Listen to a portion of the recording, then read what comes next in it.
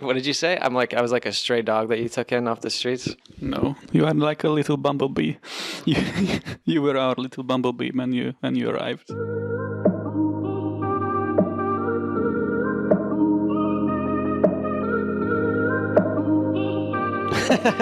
Yeah, this is starting off on a really positive note. I'm sitting here with my good friend Árpád. I'm gonna let him introduce himself for a second, but appreciate you taking the time to chat with me about whatever topic we're about to cover. Thanks, Trevor. And yeah, just background note. Trevor tried to pronounce my family name and he failed, and he decided this is the solution how to get over this obstacle. Okay, so my name is Árpád Rózsás from Hungary, so that's probably the reason it's difficult to pronounce my name. Yeah, we are sitting in The Hague where we met, actually in the same house where we first met. Yeah, what can I say? I moved to the Netherlands three years ago. I'm an engineer by training, and recently I started and quit a company with a friend which was meant to provide aid in the humanitarian sector, technological aid or support. Yeah, that's, how we met was kind of an interesting story. Well, actually, you know what? Let's. So Árpád, or Dr. Rózsás, I think I pronounced that correctly. I didn't pronounce it correctly at all. Okay, good. Árpád and I met around a year ago. I was visiting The Hague in my travels around the globe, and just so happened to meet his roommate at a co-working space for humanitarian projects and non-government organizations, and they took me in like a what did you say? I was like a stray dog that you took in off the streets? No, you are like a little bumblebee. You were our little bumblebee when you arrived, because of your history with Kara, who was another American who was living with us. We shouldn't tell this to our landlord. Who was living with us, and then they matched. I don't even know, is there a match in Bumble, and yeah, just coincidentally, you met Eric, and you happened to show up in our house. Yep, and then you guys were nice enough to take me in and let me crash with you guys for about a month or so, and it was I would say it was a eye-opening experience for me for sure. Just the entire cast of characters that came through the house while I was here was crazy. I mean, there's like, you guys are all engineers, I believe, and yeah, just a lot of fun conversations and interesting stories, which we'll get into in another episode. The purpose of this episode, though, is to talk about the last day I was at the house. I received a gift from you and Julia, and also was Nils part of it as well? Nils was part of it as well. And I made a comment. I was like, damn, that was actually, like, you guys gave me, what was the book? Something about mathematics? No, I think it was like recent advances in computational mechanics. Yeah, so something that's clearly in my wheelhouse and I'm able to totally comprehend. Then you gave me a second book, Catch-22, and it felt like one of like the nicest things that somebody had done. It was just, it was just a book, but it felt like something much more. And then when I asked you about it, you explained this concept. I'm going to butcher the pronunciation, but the concept of a Kofola Gift? Yes. Kofola Gift.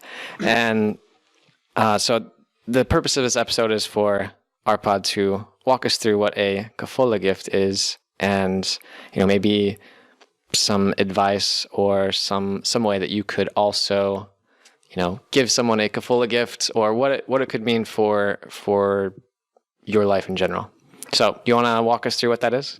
Yes. So, first of all, this concept is, I think it might be known, but the term itself is basically, I decided to use this term. So, Kofola, the word is used in Slovakia and Czech Republic to basically refer to a drink which is comparable to Coca-Cola, Pepsi, but in my opinion, it's way shittier. Not that I like Coca-Cola or Pepsi, but it's like I particularly dislike Kofola, and I think it's like the Soviet version of the Coca-Cola, and it's still popular So Czech people actually are really proud of it. So because I didn't like it when I was living there in the Czech Republic, and I thought that let's try to find a new usage for this word. And I think back then I was reading a book from Eric Fromm.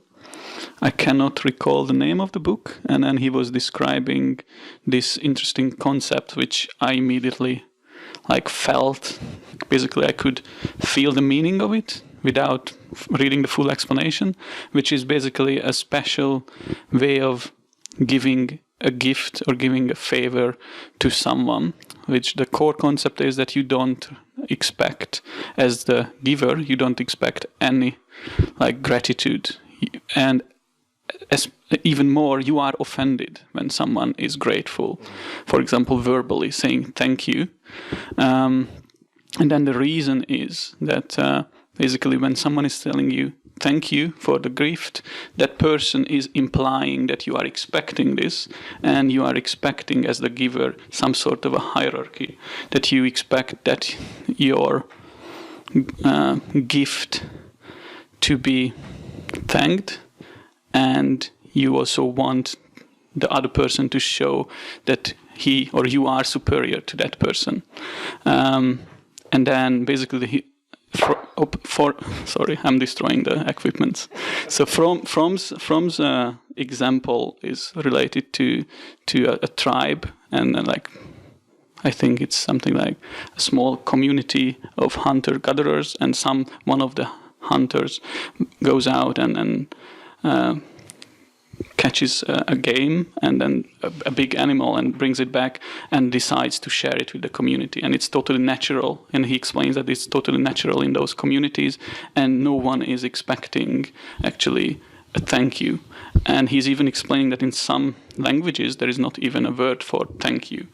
So, and it was just, I really liked the concept when I was reading about it, and I was thinking, okay, can we even express such a gift-giving process, or such a relation between a giver and receiver? Do we have a word for it? Or, because at least my experience is that we always say thank you, and we always show our gratitude even for very small things. And I was thinking, okay, but actually I can pretty much relate to this whole feeling that it can create some sort of a hierarchy, and then basically almost implicitly imposing some superiority from the giver's side. And I wanted to avoid this, so then I started to mention to my friends, okay, if I, in some occasions when I gave them a favor or a little gift, I said, please don't say thank you, because this is a special type of gift. And because I didn't have a word for it, I started to use the term Kofola. And then, so back then I was living in the Czech Republic, I started to mention this to my friends, for example, in Hungary. And it turned out to be that currently a friend, actually my supervisor, who was a supervisor in the Czech Republic, he confirmed back that he's using it actually in his everyday life. I have friends living in the US, Hungarian friends, they also mentioned that they use it, so now it's spreading all around the world.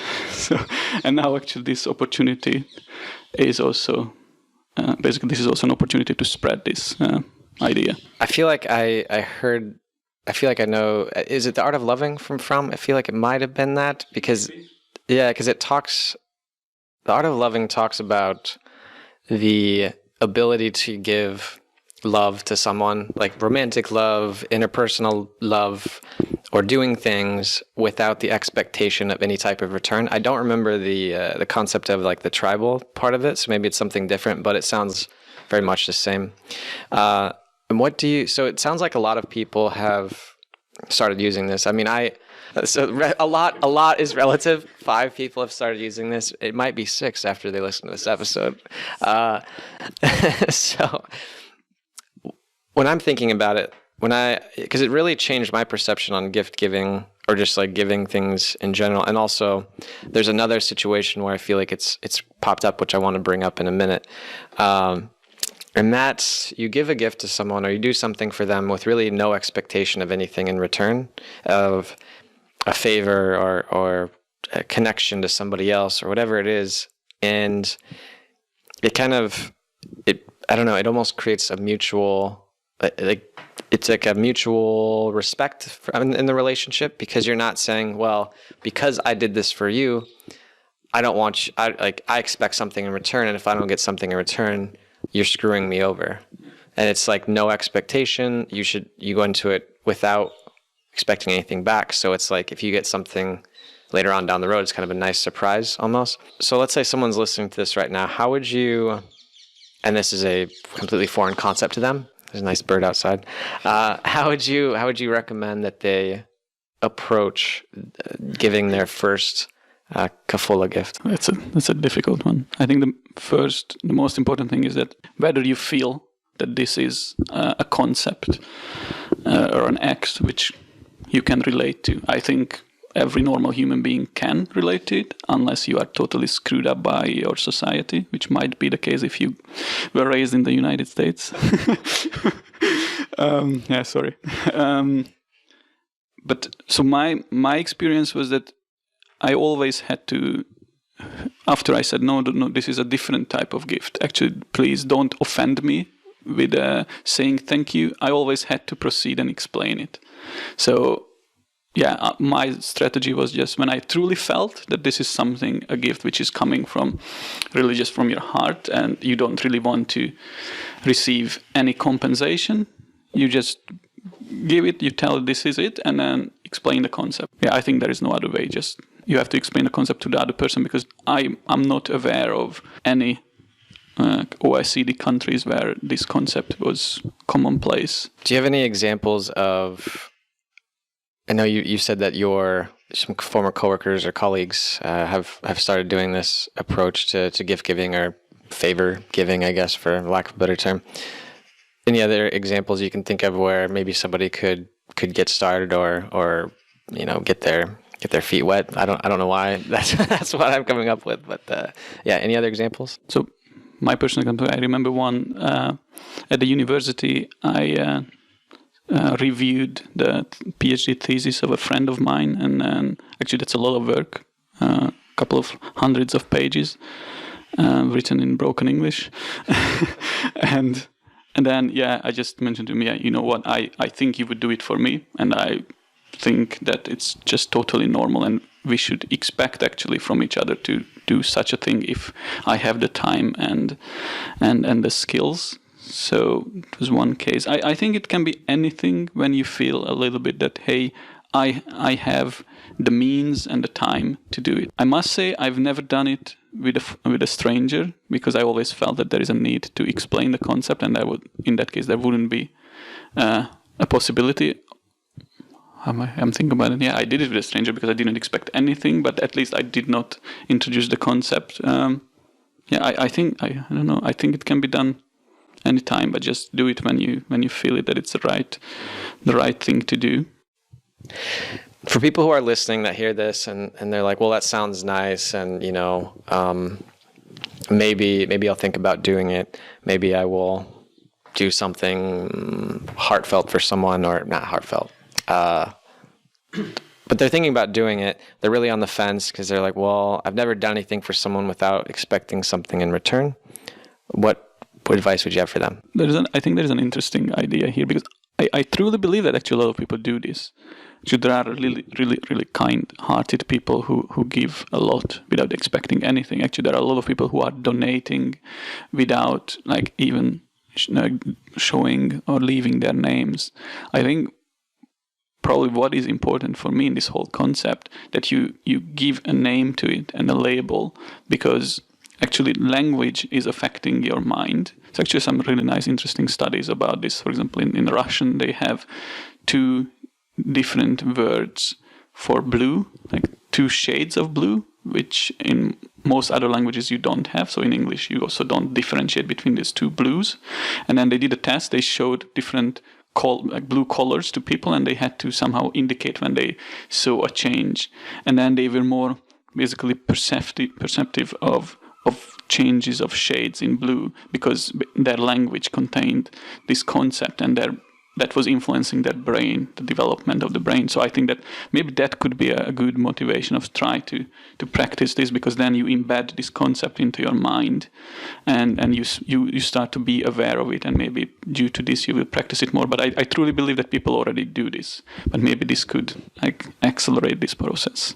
Kind of by putting a name onto it, so when people ask, like, oh, that was, they say like, thank you, that was really nice. They're like, oh, well, no need. Then they can kind of, it gives them an opportunity to almost explain what they're doing. And maybe that kind of plants a seed in someone else's head.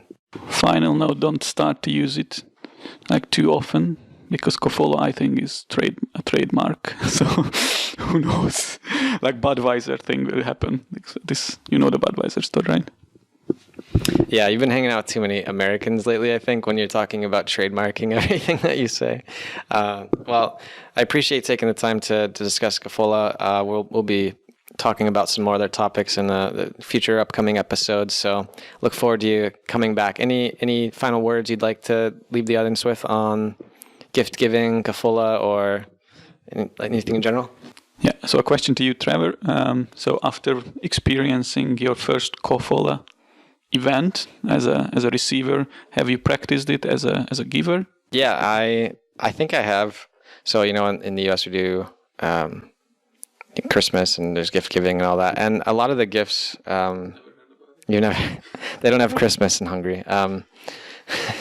So the way that I thought about the gifts I was giving were a bit different, and the way that I've done some things since then, like whether that's paying for meals, when I'm out with fellow like backpackers, a lot of them aren't working, so they don't have the money to have like a nice meal out, or me covering a meal for them, it's really helpful.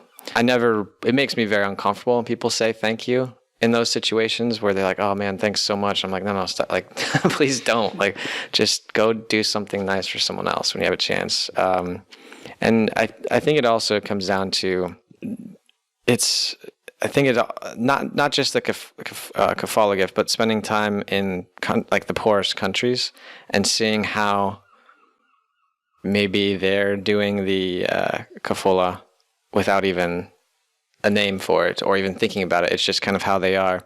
Like I think about when I was in Thailand, and like they would just come up and give me free food, or like we stopped to get gas on the motorbike, and they gave us like a bunch of bananas, and then I tried to put them in my bag, and they're like, no, eat them.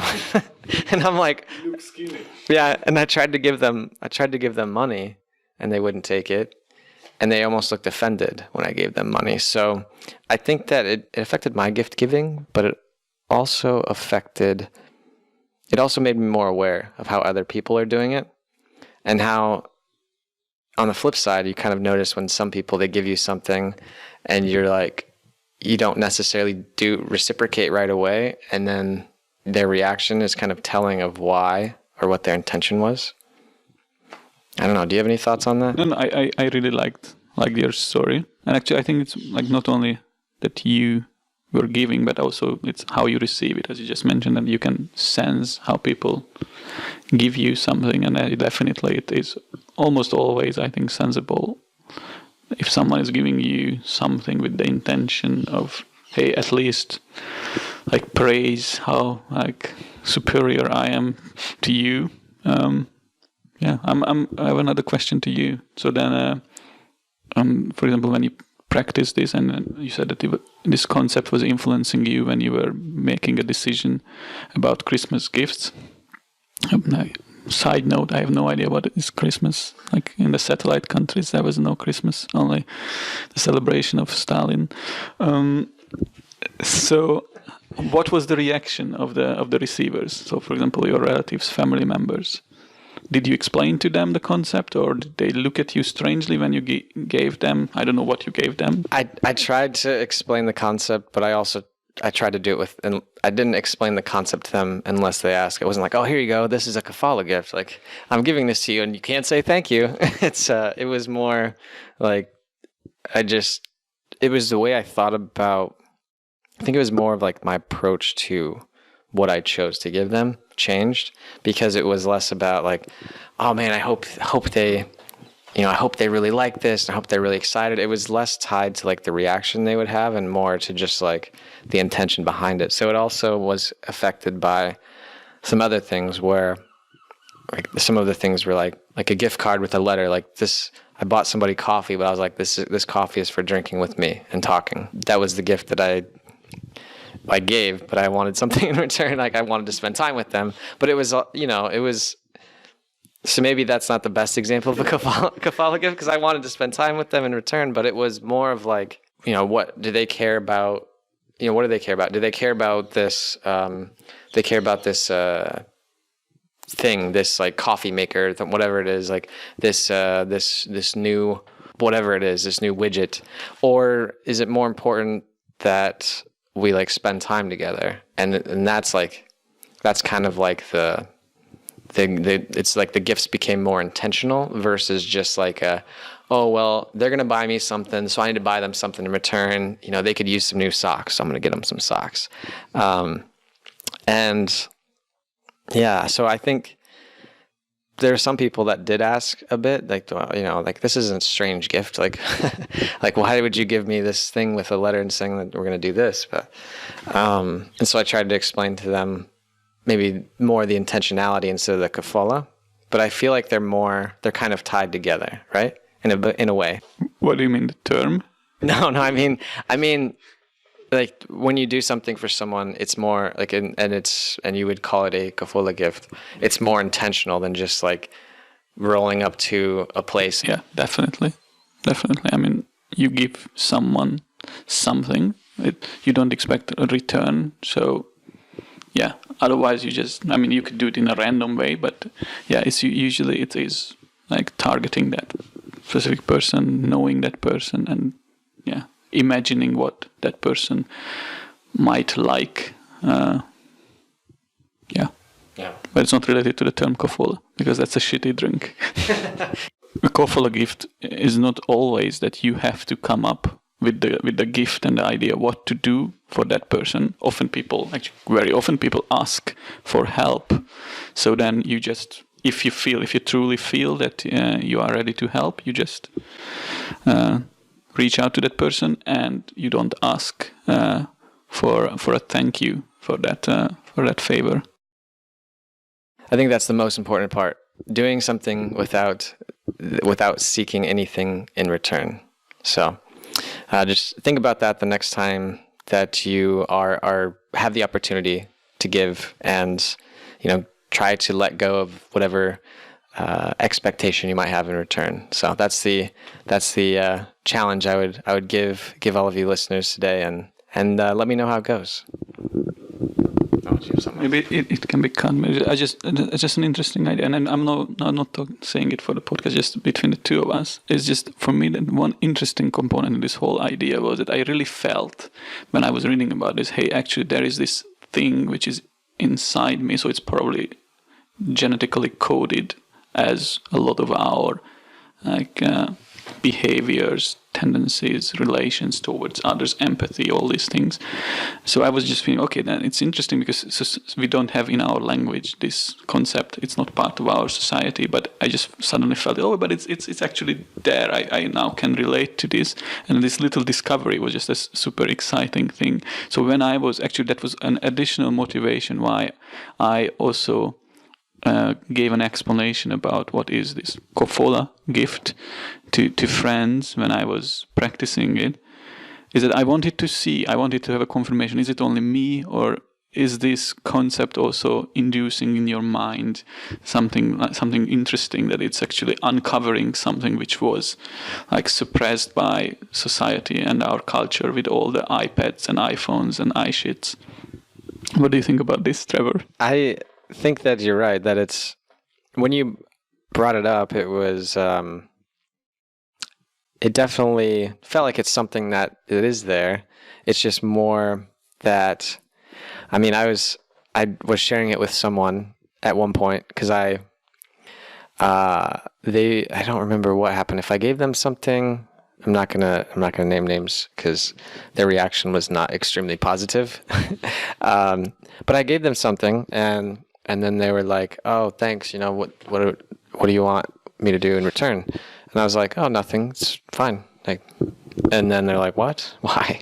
Like, I'll give you some money or something. Like, no. I'm like, it's kind of defeats the purpose. And I explained, and they're like, well, I don't want to get screwed over, so I'm never going to do that. And I was like, what? So I think in some of us, maybe it's that way, but there's also this feeling that, you know, we have to protect ourselves and protect our assets. And if we don't actively do that, then somebody's going to come take it. Somebody's going to take advantage of us. But it's really hard to take it. This is the part I think that people don't understand, is it's really hard to be taken advantage of. I mean, unless you're like giving someone your bank account and saying like, go spend all my money, or like move into my house, you know, it's really hard to be taken advantage of when you have no expectations of anything in return. Yes, but still someone could take advantage of you because it still costs you some money. But I think, although I mentioned earlier that you can practice this Kofola gift giving with strangers, but for me it's usually it's an intimate act. So I do this with someone who I feel close with. So in that case, actually the likelihood that someone will take advantage of you is lower. And at a certain point you will just sense it. It cannot go on and on. So then at a certain point you just withdraw your Kofola gift. But also because you were also proposing a challenge, because that's, as I mentioned, for me that was a really, really interesting thing, that to think about it, whether this whole concept and way of giving, basically way of sharing without expecting anything in return, is part of our, let's call it human nature, but to be more specific, maybe genetically coded. I would give it a challenge, and I would be very interested actually to hear from anyone the reactions or experiences, that when you explain this to someone, whether that someone is feeling that this concept is relatable, or whether you, when you are listening to this, whether you feel that, okay, this is something which I think is something within us, and it's not something artificial and just humbug what we are talking about. But if you feel that it's artificial and humbug, just tell us, because then we will stop using it. I won't. I'm still going to do it. But I'm not a very good listener, so I've been told. Yeah, it's I think that all this stuff is really just to like summarize it and wrap it up a bit, is just that, you know, we all have these opportunities that come up every day where someone's like, oh man, you know, like, would you mind like glancing at my thesis? I think the reason you probably gave me that book is because I've been talking with you about different things to read, and I'm trying to become a more educated, well-rounded person. And so it's these opportunities, I believe, are presented to us all the time. It's more a matter of, are we thinking about how we can help these people that we care about? Like, you're not going to, every person that comes up to you and asks you for something, maybe you're not going to do it for. But if you have an intimate relationship and you feel like that you'd really just like to help this person in some form, you know, it's I think we have these opportunities all the time, so it's just taking the time to be aware of them. The first sponsor for this episode is Lady Boss. Lady Boss is a women's fitness and health company that really tries to provide as many resources as possible to help women live the healthiest lives possible. So if you want to check out some of their free resources, you can head on over to theformulapodcast.com's sponsored products page and click the link there to head to their website and see what types of different free guides and workout plans, stuff like that they have available for you. Now, our second sponsor for this episode is Liquid Web. If you've listened to any of our episodes about, you know, launching your own e-commerce company or an online business, they have these like pre-made solutions for you that you can just go on over and sign up for. Now, if you check the show notes, they provided Formula Podcast listeners with a little bit of a coupon code, so you can just check out the show notes. I believe it's Formula 33. You get 33% off all Liquid Web products. Well, folks, that's a wrap for this week's show. Hopefully you can take a little bit of what Árpád and I talked about and maybe apply that to the next time you have the opportunity to give back or give selflessly to somebody you're close to. Now, if you wouldn't mind taking 30, 60, or 90 seconds, pulling up whatever podcast app you are listening to the show on, and throwing us a quick review. Really helps people like you find the show, and it's encourages me and everyone over here to keep on going. So thanks for tuning in. Look forward to you stopping by next time.